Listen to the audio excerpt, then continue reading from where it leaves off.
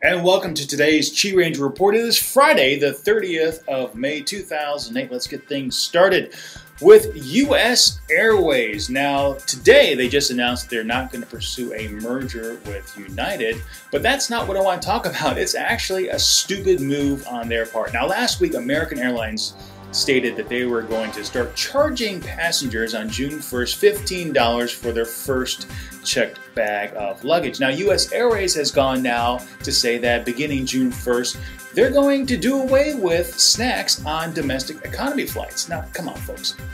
I know that the airline industry is reeling from humongous expenses related to fuel costs. And ever since the September 2001 incident, the attacks in New York and the Pentagon, the airline industry has not really recovered. But continually increasing stupid security measures, continually increasing prices, and doing away with amenities is not going to make people want to fly your airlines. Folks, you need to realize that if you charge a reasonable fare and you provide a reasonable service, people will fly your airline. What you need to do is cut back on staff, you need to cut back on routes, and you need to cut back on hardware. That will put people in the seats. Second up, New York State is actually going to recognize same-sex marriages. Now, that comes in wake of the San Francisco decision, but really what it pertains to is New York's human rights laws. Now, New York is going to recognize not only legal U.S. same-sex marriages, but also same-sex marriages performed legally around the world. It makes New York State the first state in the union to do so. Third up, Bionics on.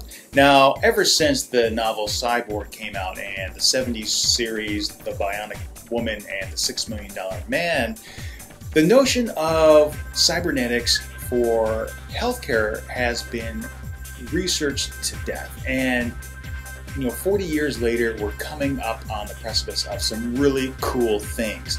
What researchers are now doing are using monkeys, the actual brainwaves, to power robotic arms. And this goes a long way before we see it implemented in human beings, but it shows great hope for paralyzed individuals and amputees.